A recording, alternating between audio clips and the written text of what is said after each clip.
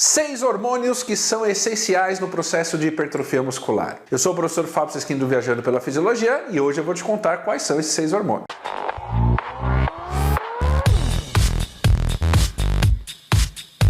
Vamos lá! Eu recebo muitas perguntas sobre hipertrofia muscular e parece que a galera aqui do canal gosta muito desse assunto. Então, se você também gosta desse assunto, hipertrofia muscular, e se você quer que eu faça mais vídeos sobre hipertrofia muscular, aspecto fisiologia, treinamento, comenta aqui embaixo, escreve assim, eu quero, assim eu vou saber que você quer e eu vou produzir mais vídeos. Bom, vamos lá! Um dos grandes objetivos do treinamento de força, independente de qual é o sistema de treino, qual é o método de treino, qual é a periodização do treinamento, é, sem dúvida nenhuma, produzir a famosa resposta hipertrófica. A grande parte das pessoas que fazem, por exemplo, a musculação, querem, claro, aumentar a força, a endurance, a potência muscular, mas parece que o ganho de hipertrofia é o grande objetivo. E, claro, existem várias razões para isso. A primeira grande razão por que as pessoas querem treinar para ter mais massa muscular é puramente uma resposta estética. Nós vivemos numa sociedade onde o corpo magro,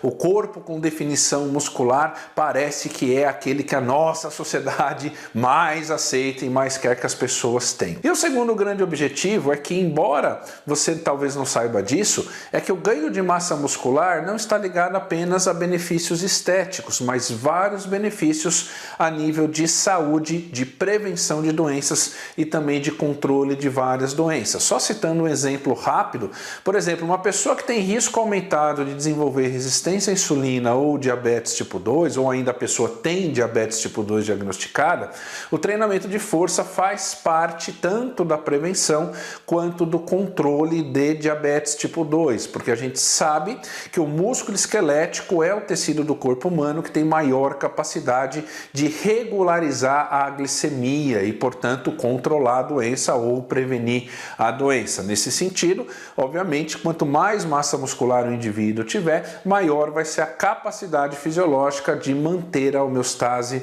da glicemia. E nós sabemos também que para que hipertrofia seja um processo fisiológico eficiente, é necessário o treinamento com peso, a musculação, o treinamento com elástico, com halter e, portanto, fisiologicamente, a hipertrofia muscular é uma adaptação crônica que vai acontecer ao longo do tempo e depende de alguns aspectos importantes, como por exemplo o aspecto nutricional, então ingestão de carboidrato, disponibilidade de aminoácidos, depende obviamente da questão mecânica da contração muscular. Hoje nós sabemos que no treinamento de força o volume de treinamento é uma variável importante, o tempo que esse músculo fica em ação contrátil, que a gente chama tempo sobre tensão, também é uma variável importante, justamente porque está ligado à ativação de vários fatores metabólicos, como por exemplo o lactato, que é um fator sinalizador inclusive de massa muscular. E também nós temos obviamente os hormônios que exercem um papel extremamente importante na resposta hipertrófica. Então nesse vídeo eu quero falar rapidinho sobre 6 hormônios importantes para a hipertrofia. Então vamos lá. Quando a gente fala em hormônio, a primeira coisa que você tem que lembrar é que hormônios são moléculas sinalizadoras. Então hormônios são moléculas produzidas por glândulas que em geral vão para o sangue e o sangue vai transportar esse hormônio até as suas células-alvo ou até os tecidos-alvo. E aí nessas células-alvo, os hormônios eles vão sinalizar essa célula, vão dar um comando para esse tecido, para que esse tecido ou essa célula exerça uma função extremamente específica. Então, quando a gente fala em hormônios e hipertrofia, em geral, a ação hormonal no músculo esquelético envolve 2 grandes aspectos. Primeiro, a sinalização de hormônios pode aumentar ou diminuir a velocidade da síntese proteica muscular ou a velocidade da degradação proteica. Então, existem hormônios que, ao chegarem no músculo, vão, por exemplo, aumentar a taxa de síntese proteica, principalmente no período pós-treino, e que também vão diminuir, por exemplo, a taxa de degradação proteica. E, portanto, se eu tenho um músculo sinalizado para aumentar a taxa de síntese proteica, obviamente que ao longo do tempo isso vai se traduzir em fibras maiores, fibras com mais miofibrilas, sarcômeros com maior estrutura proteica e, portanto, hipertrofia muscular. E segundo, a ação dos hormônios no músculo esquelético podem fazer com que esse músculo aumente a captação e o consumo de substratos energéticos, como por exemplo a glicose e também, por exemplo, os aminoácidos. Lembrando que glicose serve para produzir energia e aminoácidos é estrutura, é matéria-prima, obviamente, para essa estrutura muscular. Então, de todos os hormônios que vão agir no músculo em função do treinamento de força, eles vão aumentar a taxa de síntese proteica, por consequência diminuir a taxa de degradação proteica e aumentar a capacidade desse músculo de captar e consumir glicose e de captar e usar o aminoácido como matéria-prima para a estrutura muscular. Então, eu listei aqui no quadro negro do Viajando pela Fisiologia 6 hormônios que têm funções importantes na resposta hipertrófica. Então vamos lá. Primeiro hormônio é um hormônio pouco falado quando a gente vê vídeos, aulas, cursos de hipertrofia, que é o famoso hormônio da tireoide, conhecido como tiroxina. A tiroxina é um hormônio liberado pela tireoide e qualquer tipo de treino que você faça, não importa se é musculação, se é corrida, se é salto, não importa. Qualquer movimento corporal, qualquer treino que você faça vai ter a liberação de tiroxina. Por quê? Porque a tiroxina, a função dela é agir no músculo esquelético e ativar o metabolismo como um todo. Então a tiroxina a gente fala que é um hormônio primário, ele é um hormônio de ativação. Ele é um hormônio que serve para acelerar o metabolismo. Portanto, quando eu tenho tiroxina chegando no músculo esquelético, eu aumento o meu metabolismo e aumentando o metabolismo, as reações enzimáticas vão ficar mais rápidas, inclusive aquelas reações para a resposta da síntese proteica. Então, a função da tiroxina é dar um start, dar um início, é ativar o metabolismo, beleza?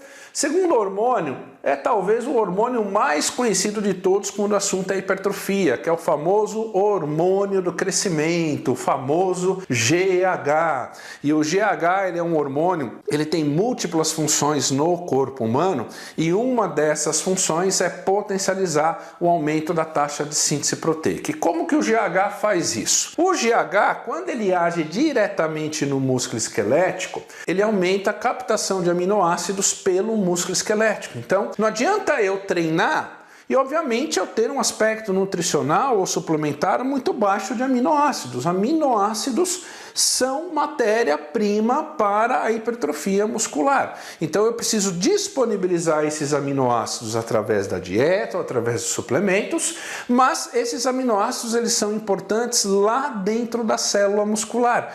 E como que eles vão migrar do sangue para dentro da célula muscular? Esse é um dos papéis do GH no processo de hipertrofia, beleza?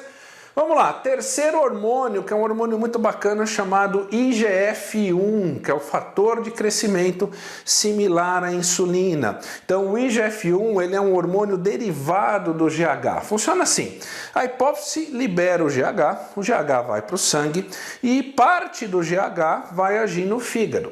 Esse GH que vai agir no fígado estimula o fígado a produzir o IGF-1 e o IGF-1 é liberado no sangue e o sangue vai transportar ele para agir lá no músculo esquelético. Então o IGF-1 é um dos principais hormônios anabólicos, similar à insulina. Então, qual que é o papel do IGF-1 no músculo esquelético? Primeiro, aumentar, sinalizar, acelerar a famosa via de síntese proteica da cadeia mTOR. Então você lembra da fisiologia que existem várias vias de sinalização para estimular, por exemplo, o núcleo a fazer síntese proteica, para estimular as células satélites a se diferenciar, e o IGF-1 é um hormônio que aumenta a sinalização para essa via cadeia mTOR. Então, naturalmente, a via cadeia mTOR aumentada, obviamente que as vias de degradação proteica no músculo estarão diminuídas. E o IGF-1 também é um hormônio que vai estimular as células satélites. Células satélites são importantes no processo de hipertrofia. Muito breve eu vou gravar um vídeo só sobre células satélites. Se você quiser, escreve aqui assim, eu quero um vídeo de células satélites. Se a galera topar, eu faço, beleza? Vamos lá, o quarto hormônio é a famosa testosterona. E a testosterona é um hormônio que age no núcleo da célula muscular e desempenha um papel importante em todo o processo de hipertrofia, que é aumentar a capacidade de transcrição do DNA e do RNA. Então lembra do DNA? Ele tem uma fita dupla, aí o RNA ele entra no meio da fita de DNA, copia aqui um pedaço da fita, né, o código do DNA, e aí vai lá para o ribossomo traduz e aí entende qual é a proteína que tem que produzir e produz a proteína. Então a testosterona ela vai acelerar o processo de transcrição do DNA e do RNA, beleza? Quinto hormônio, a famosa insulina, que é conhecida também como hormônio anabólico. E a insulina é um hormônio que você vai ter aumento da taxa de insulina no período pós-treino na musculação. E a função da insulina é uma função dupla, que é primeiro, sinalizar o músculo para o músculo aumentar a capacidade de captação de glicose. Por quê? Porque o processo de síntese proteica ele é aumentado na fase pós-esforço, não na fase durante o treino. Na fase pós-esforço, embora você está lá deitado no sofá, embora você está dormindo, mas a tua célula muscular está trabalhando para fazer muita síntese proteica. E, portanto, como ela está numa velocidade de trabalho maior, ela precisa de mais energia e, portanto, precisa captar mais glicose. Então, este é o papel da insulina, que é permitir o músculo captar mais glicose. Mas a insulina também aumenta a captação de aminoácidos pelo músculo, porque pensa bem, o que adianta eu ter um músculo captando um montão de glicose e falando assim para o metabolismo, ó, metabolismo, trabalha aí que tem um montão de glicose aqui para produzir ATP para funcionar. Mas se eu não tenho a matéria-prima para fabricar as proteínas associadas à hipertrofia. Por isso que é um erro as pessoas falarem assim, não, eu vou tomar um montão de aminoácidos e vou comer quase nada, não vou dar nada de carboidrato. É um erro. Por quê? Porque você vai despotencializar a ação da insulina. E por último, tem um hormônio que é produzido pelo músculo esquelético, que é a famosa musclina. Já ouviu falar em musclina? A musclina é um hormônio produzido pelo músculo que age no próprio músculo e uma das funções da musclina é diminuir a atividade da proteína miostatina. Você sabe que miostatina é uma proteína reguladora do processo de hipertrofia. É uma proteína como se botasse um freio ali no processo de hipertrofia para todo mundo, ninguém virar um monstrão de massa muscular.